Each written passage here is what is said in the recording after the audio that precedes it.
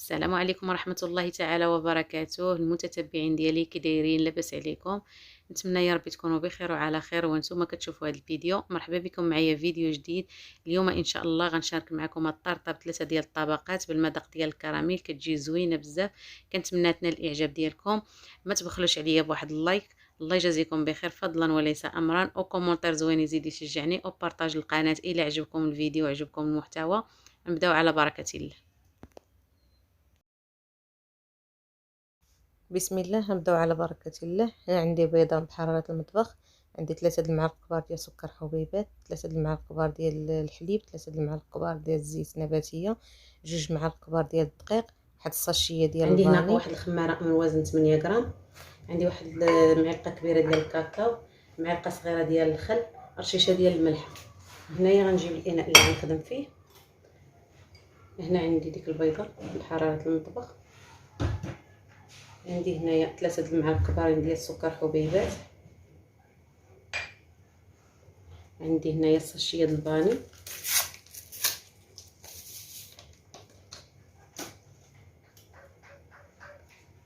عندي هنايا رشيشه ديال الملحه. هنايا غادي نجيب واحد الطراب اليدوي وغنبدا نخلط مزيان داك البيض مع السكر حتى كيتبدل لنا اللون ديالو. نحاولوا نخلطو مزيان باش يذوبوا لنا دوك الحبيبات ديال السكر. هنا غنزيد دوك 3 المعالق كبار ديال الحليب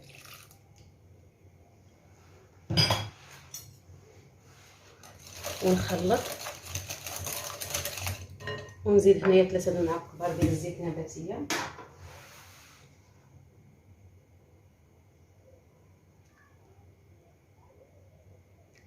بنفس المعلقه اللي عبرت بها الحليب.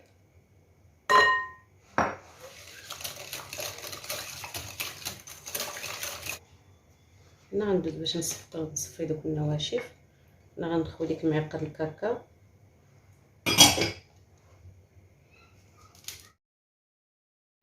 هنايا غندوز نخوي ديك الخماره وغنزيد عليها دوك 2 معالق كبار ديال الدقيق، ونغربل دوك النواشف مزيان، يعني نحاول نغربلهم الا بقاو شي كويرات ديال الدقيق ولا ديال الكاكاو نحيدوهم. غندوز نخلط مزيان صافي داك هنايا ندخل غنجيب داك داك الدقيق الطراب مع اليدوي الخليط. ونحاول نخلط مزيان، يعني حتى ندخل داك الدقيق والكاكاو مع الخليط.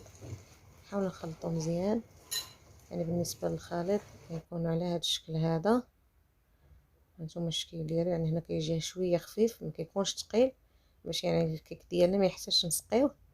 هانتوما صافي هذا هو القوام اللي بغيت يعني في الكيك. هنايا غادي ندوز باش نخوي داك الخل. المهم غندير هنا تقريبا واحد المعلقه صغيره ديال الخل. هنايا غادي نبدا نخلط دابا باش تيتجانس ليا داك الخل مع الخليط. نخلط مزيان صافي حتى ندخل داك الخل مزيان في الخليط ديالي د الكيك. صافي هذا هو القوام اللي بغيت في الكيك. هنايا دابا غادي ندوز نخلي داك الكيك على جنب، وغنجيب المول اللي غندير فيه الكيك. الا كان عندكم المول اللي كيتحل ويتسد من الجناب من الاحسن، الا ما كانش ديروا هذا. هنايا انا درت له بابي كويسون تحت المول باش ما يخرجليش الخليط. صافي هنايا غادي ندوز باش نخوي الخليط ديالي في المول. هنايا غادي ندوز باش نخوي الكيك ديالي في المول. غنهز يديا الفوق وغنخوي الكيك. هنا غندوز نسرحو بواحد السباتيلا، يعني باش نوصل داك الكيك كاع الجنيبات ديال المول ونقاد المول. هنا غنبدا نخبط شويه داك المول ديالي باش دوك الفقاعات اللي في الكيك يحيدوا. صافي هنايا غندوز ندخلو الفران. بالنسبه للفران عندي بارد، ما كنشعلوش من قبل حتى كندخل الكيك وكنشعل الفران. الكيكه ديالي جبتها هنايا طابت. نحاول نحيد هذا الكاريط هذا صافي ونخليها على جنب. صافي هنايا انا حيدت لها البابي كويسون. هنا انا قلبتها في الاناء اللي انا غنقدمها فيه. صافي هنايا غادي نخليها على جنب وندوزو باش نوجدو الكريمه.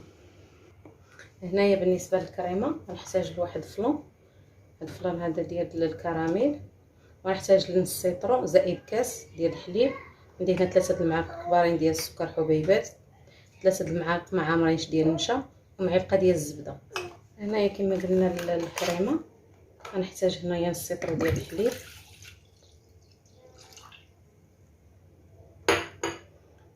زائد كاس. هنا كما قلت لكم غنحتاجوا لهاد الفلان هذا ديال الكراميل. غنحتاجو هنايا كما قلت لكم 3 المعالق كبار ديال النشا، هما ما يكونوش عامرين، وهنايا 3 المعالق ديال السكر حبيبات. صافي غنخلط كلشي على الزبده، غنخليها على جنب ونخلط كلشي هنا على البارد تيتخلط ليا مزيان. عاد ندوز نديرو فوق النار، نشعلو عليه البوطه. هنايا بالنسبه للكريمه ملي شعلت عليها البوطه غنحاول نحرك، يعني ما نحبش يدي من التحرك باش ما كتلصقش ليا الكريمه في الكاسرونه. هنايا بدا شويه الخليط ديال الكريمه كيتقال، غنزيد نخليه واحد 2 دقائق ونطفي عليه. هنايا بدات كدير لي الفقاعات كبارين. صافي هنايا الكريمه ديالي واجده. دابا غندوز باش نطفي عليها البوطه، وغنجيب ديك المعلقه ديال الزبده. هنا غنجيب معلقه الزبده غنزيدها على الكريمه ديالي باقا سخونه، وغنحاول نخلط باش نذوب ديك الزبده. وغنجيب هنا واحد 2 معالق كبارين ديال الكراميل، انا عندي هنا كراميل جاهز، غندير 2 معالق كبار. صافي باش نعزز داك المذاق الكراميل في الكريمه.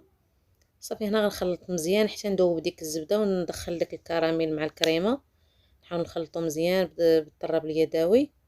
صافي حتى كتذوب لنا ديك طريفه الزبده وديك الكريمه كتخلط لينا مزيان. صافي هنا غادي نجيب الكيك ديالي باش نخوي عليه الكريمه. بالنسبه للكريمه غنخويها فوق شي سباتيلا اولا فوق شي معلقه. صافي هنا نحاول نقادوها. هنا غادي نخليوها تبرد على جنب تقريبا لمده 30 دقيقه. هنايا من بعد ما دازت 30 دقيقه غندوزو باش نوجدو الجيلي. غنحتاج كاس وربع ديال الماء، وغنحتاج لواحد فلون عادي ديال درهم ودر ديال الشينوا، وغنحتاج المعلقه ونص ديال السكر. الا بغيتو الحلاوه اكثر ديروا حتى 2 معالق. صافي هنا غناخذ كما قلت لكم معلقه ونص، عندي معلقه ونص. وغنحتاج هنايا فلان،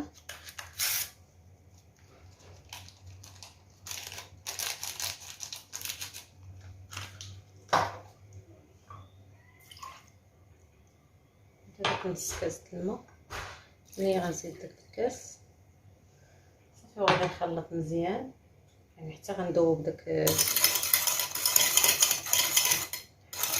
السكر وداك الفلان. صافي هنايا غندوز نشعل عليه البوطه. صافي غنحاول نحركو هنايا باش يذوب ليا داك السكر اللي بقى معايا في الماء حتى غتطلع فيه الغليه. صافي غنطفيو عليه البوطه. صافي هنايا من بعد ما بدا يطلع فيه الغليه، صافي هنايا غنطفيو عليه البوطه. هنايا من بعد ما دازت 30 دقيقه يعني بردت ليا الطارطه ديالي. صافي هنا جبتها باش نزينها. بالنسبه للجيلي برد ليا يعني حتى دفى لي واحد شويه. هنا غندوز لهاد البسكوي، عندي هاد النوع هذا ديال البسكوي قسمته من الوسط وحيدت له الكريمه. هنا غنقادو على الوجه ديال الطارطه ديالي على هذا الشكل. صافي غنستمر حتى نقادو على الوجه ديال الطارطه ديالي كامله، وغندير وحده في الوسط على هذا الشكل هذا. بالنسبه للجيلي كما قلت لكم يعني حتى كيدفى لي عاد كندوز باش نخوي على البسكوي على هذا الشكل. صافي كنبقى نخوي هكا على هذا الشكل هذا، ما نخويوش سخون باش ما كيخسرش لينا الكريمه، ما يذوباش لينا. صافي دابا نستمر حتى نكمل الكميه اللي عندي كامله، وغندوز نخليها في الثلاجه تقريبا 4 ساعات عاد ندوزو نقدموه. البنات هذا هو الشكل النهائي ديال الطارطه اللي شاركت معكم اليوم ب3 ديال الطبقات، والمذاق ديال الكراميل كتجي زوينه بزاف يعني، والطبقات ديالها كيجيو متماسكين بلا كريمه سائله بلا جيلاتين، كتجي ولا اروع. كنتمنى تجربوها وتردوا عليا بالتعليق كيفاش جاتكم. هنا غادي ندوز باش نقطع معكم واحد الطريف تشوفوا الشكل ديالها كيفاش كيجي. صراحه كما قلت لكم كتجي زوينه بزاف، والطبقات ديالها كيكونوا متماسكين، لا الطبقه ديال الكيك ولا الطبقه ديال الكريمه، كتجي غزاله بزاف. هانتوما الشكل ديالها كيفاش كتجي. كنتمنى تعجبكم، وكما قلت لكم وما تبخلوش عليا بواحد اللايك وكومونتير زوين يزيد يشجعني، وبارطاج القناه الى عجبكم الفيديو وعجبكم المحتوى. ونتلاقاو في فيديو جديد ان شاء الله.